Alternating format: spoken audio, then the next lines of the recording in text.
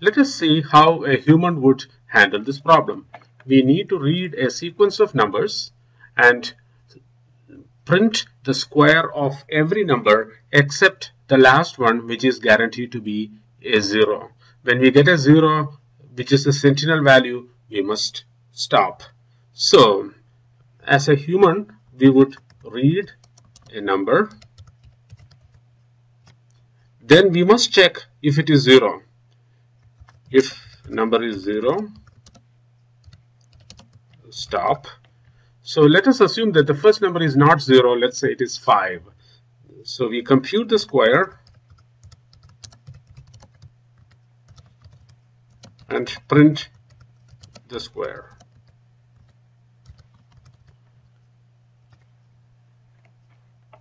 After reading and printing the square of the first number, we must read again. Read a number. Again, we must check if the number is 0.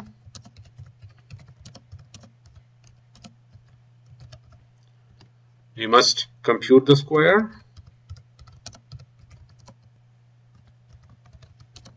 and print the square. Continuing this process, we read a third number.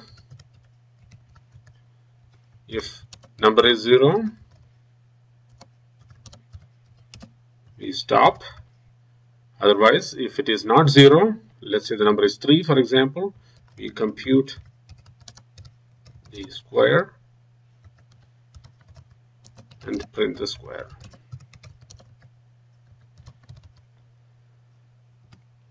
Now let us go to a fourth number.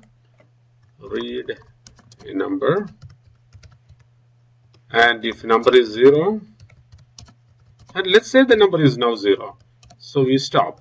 We don't continue any further.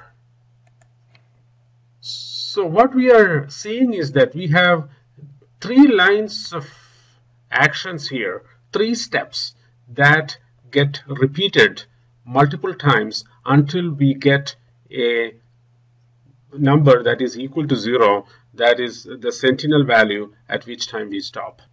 The computer is going to mimic the human actions in a program.